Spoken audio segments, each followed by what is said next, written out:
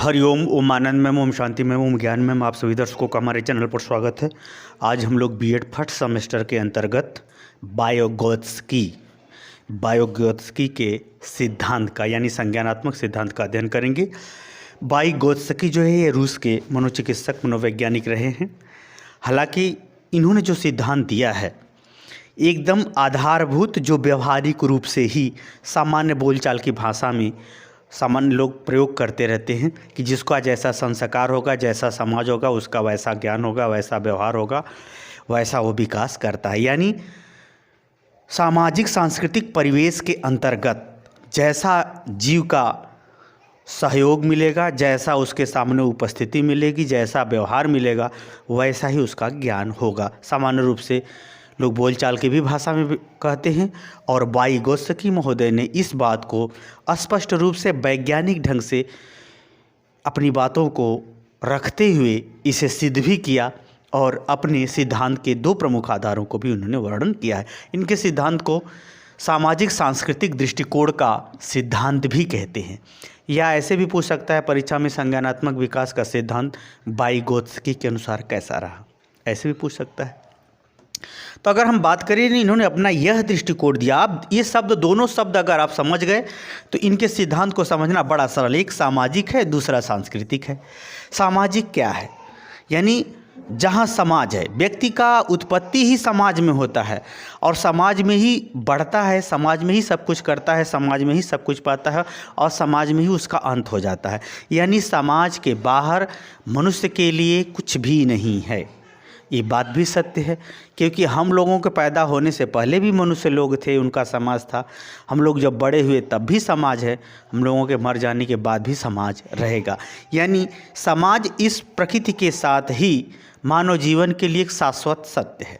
तो उन्होंने ये कहा कि जो सामाजिक स्थिति होगी, समाज का मतलब समाज के अंतर्गत जो संगठन हो, संस्था हो, शिक्षा हो, दीक्षा हो, रीति रिवाज, परंपरा हो, मूल्य हो, आदर्श हो, एक अपना सामाजिक दृष्टिकोण हो, यानी जैसा सामाजिक जीवन होगा और जैसा सांस्कृतिक जीवन होगा। सांस्कृतिक जीवन का तात्पर्य यहाँ होता है संस्कार संबंधी, जैसा बोली, भाषा, खान पान, रहन सहन। जैसे अगर आदिवासियों की बोली रहेगी तो कैसे ज्ञान होगा? जब आपको वह ज्ञान होगा, वह भाषा आप जानेंगे जहाँ पर बहुत सारी जानकारियाँ जिस भाषा में हैं, तो उससे आपका ज्ञान क्या होगा? ज़्यादा बढ़ जाएगा। कहने का हमारा यह है सांस्कृतिक दृष्टिकोण का तात्पर्य बोली, भाषा, खान पान, रहन सहन, ये सब होता है संबंध। जिस समाज में जितना ही मनमाना संबंध होता है, वो समाज उतना ही सभ्य समाज के लिए खराब होता है, समाज सभ्य व्यक्ति के लिए खराब होता है। जिस समाज में जितना ही सांस्कृतिक मूल्य, आदर्श जो हैं, क्रियाकलाप, बोली, भाषा, रंग, रूप, व्यवहार, जो कुछ भी है, और उनका बोली, भाषा, रहन सहन, खान पान जितना ही सांस्कृतिक रूप से अच्छा होगा, उतना ही उसका क्या होगा? उसके ज्ञान का विकास होगा। इसीलिए इन्होंने अपने सिद्धांत का नाम ही, एक प्रकार से इनके सिद्धांत का नाम ही दिया जाता है सामाजिक सांस्कृतिक दृष्टिकोण का सिद्धांत। यानी जैसा ये होगा वैसा ही लोगों के ज्ञान का विकास होगा।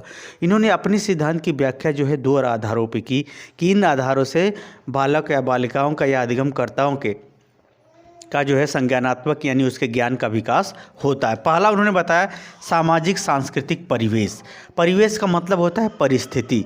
उस बालक के या अधिगमकर्ता के या कोई भी व्यक्ति हो, उसके ज्ञान का विकास वहाँ की सामाजिक सांस्कृतिक परिवेश पर भी क्या करता है? निर्भर करता है।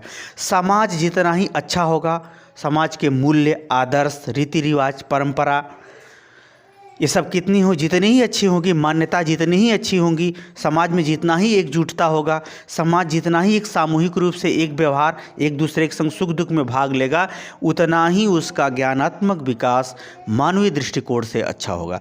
और उसी तरह से सांस्कृतिक जो है पारिवारिक स्तर पे जितना ही परिवार में प्रेम का वातावरण, सहयोग का वातावरण, एक दूसरे के संग जो है सहानुभूति और संस्कार संबंधी जो गतिविधियाँ होती, बोली, भाषा, खान पान, रहन सहन और मैनर की अगर बात करें सांस्कृतिक स्तर पर, पारिवारिक स्तर पर जितना ही अच्छा होगा, उतना ही जितना ही अच्छी परिस्थिति मिलेगी, उसके ज्ञान का विकास सही दिशा में, सही व्यवहार के संदर्भ में, सही सोच के संदर्भ में, सही कल्पना के संदर्भ में, सही बातों को याद रखने के संदर्भ में, सही बातों को व्यवहार करने के संदर्भ में ज़्यादा अच्छा से अच्छा होगा।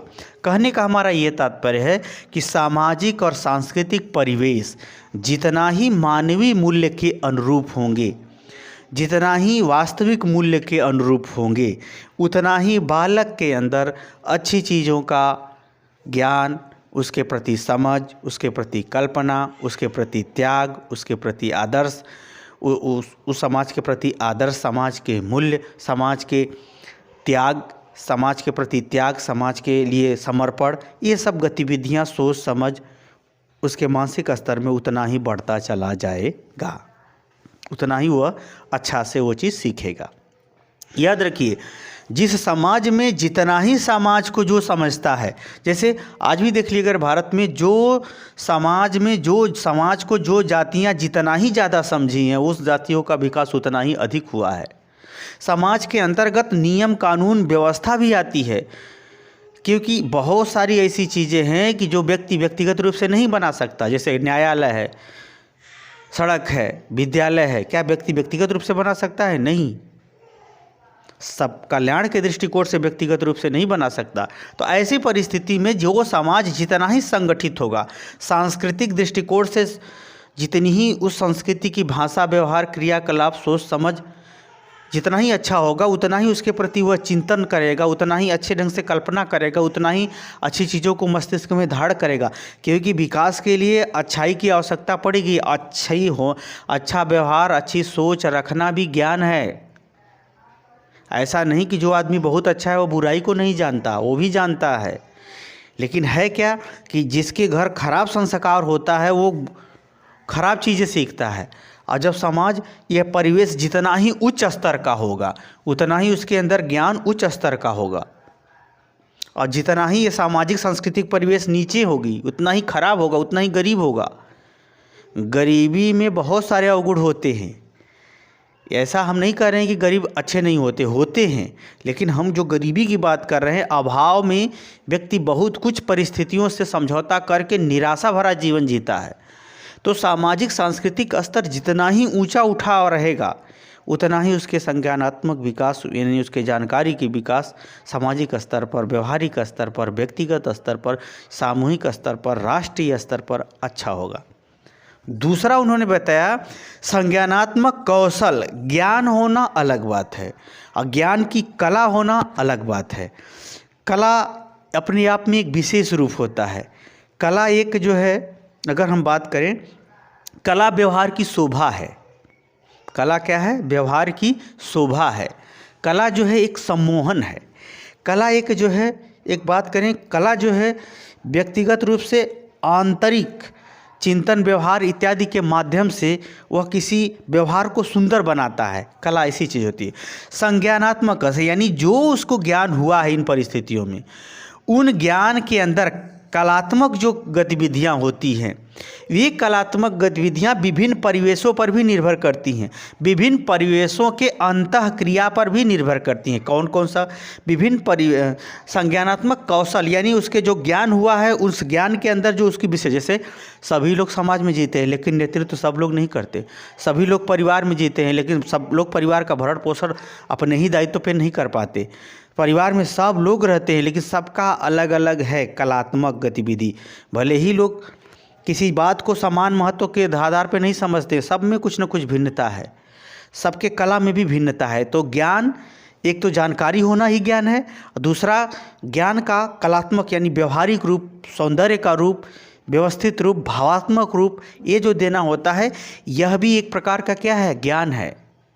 एक प्रकार का क्या है? ज्ञान। उन्होंने बताया कि संज्ञानात्मक कौशल का परिवेश, संज्ञानात्मक कौशल के परिवेश में जब अंतःक्रिया होती है तो उस अंतःक्रिया के फलस्वरूप भी व्यक्ति ज्ञान के अंदर विभिन्न प्रकार का कला, विभिन्न प्रकार की भाषा, विभिन्न प्रकार के जो है भावात्मक अभिव्यक्ति, विभिन्न प्रकार के ज्ञान का क्रियात्मक रूप, विभिन्न प्रकार के ज्ञान का व्यवहारिक रूप, विभिन्न प्रकार के ज्ञान के अंतर अभिव्यक्ति का स्वरूप, समझने का स्वरूप, बताने का स्वरूप, जानने का स्वरूप, उपयोग करने का स्वरूप, कौशल, ये सब भी क्या होता है, विकास होता है। खासतौर से उन्होंने क्या बताया, माता पिता, यानी माता पिता के व्यवहार में जो अंतःक्रिया है, यानी उन दोनों के बीच का जो व्यवहार है, उन व्यवहारों के माध्यम से भी ज्ञान के कौशल का विकास होता है।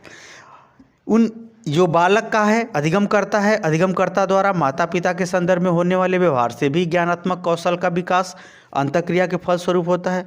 या विद्यार्थी शिक्षक के बीच में भी ऐसे अच्छा गुरु मिल जाए तो आप उसी ज्ञान के अंदर आपको एक एक से कला मिल जाएगी, एक एक से आप उसमें खोज कर सकते हैं, एक एक से नया निर्माण कर सकते हैं, एक एक से उसके नए और आवश्यक पहलू को भी बता सकते हैं।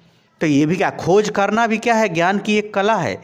वो कहाँ से प्रेरित होगा, शिक्षक से होगा, या माता पिता से होगा, या समाज के लोगों से होगा। तो उसी तरह से अगर हम बात करें तो या हो सकता है माता पिता से न हो, शिक्षक से न हो, समाज से ही वो प्रेरित हो जाए कि हमारे देश की ये समस्या है, इसको कैसे दूर करें। जैसे अगर हम जम्मू कश्मीर वाला जो मामला हल हुआ तो उसमें जो भी नेताओं ने हल किया, उन नेताओं के पीछे क्या कारण था, उसको जो है प्रेरणा कहाँ से मिली, अन्य लोगों से मिली। अन्य लोगों की अंतःक्रिया इच्छा जान करके उन्होंने किया और फर्स्ट क्लास का दोबारा शासन करने लगे। कहने का हमारा ये तात्पर्य है कि जो ज्ञान के अंदर कौशल आती है, कला आती है, नवीनता आती है, सोच समझ आती है, व्यवहार आता है, विशेष रूप बनता है, विशेष अपना अभिव्यक्ति या भाषा का स्वरूप उसका बनता है, वे सभी विभिन्न परिवेशों में के अंतर्गत अंतःक्रिया के फलस्वरूप होती हैं। वह भी ज्ञान का ही एक रूप है, वो भी ज्ञान का ही एक स्वरूप। जैसे मेरी बात सुनिए, जैसे मेरे जो कुछ मैं जानकारी दे रहा हूँ एक ज्ञान है, अब किस ढंग से मैं प्रस्तुत करूँगा, किस ढंग से समझाऊँगा, ये भी एक प्रकार का कला है, ये भी ज्ञान है। ये भी क्या है, ज्ञान है। जैसे एक ही चीज़ सब लोग, माता पिता के बिना कोई पैदा नहीं होता, लेकिन माता पिता का महत्व तो सब लोग अलग अलग जानते हैं।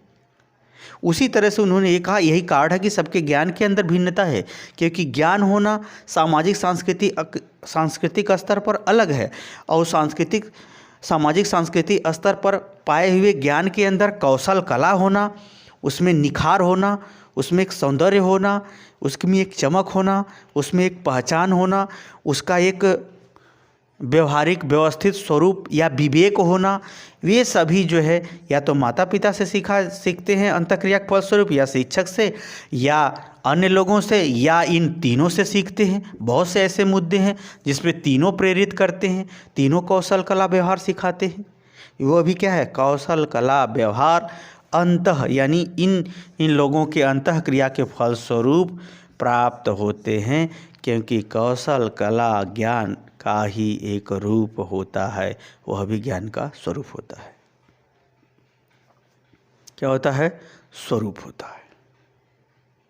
तो मुझे उम्मीद है कि वाइगोत्स्की का जो सिद्धांत है, सामाजिक सांस्कृतिक दृष्टिकोण का जो सिद्धांत है, या वाइगोत्स्की का संज्ञानात्मक विकास का जो सिद्धांत है, उसके जो आधार हैं या जो संज्ञानात्मक विकास जिन चीज़ों पर निर्भर करता है, दो महत्वपूर्ण चीज़ों पर, आप इसे समझ गए होंगे।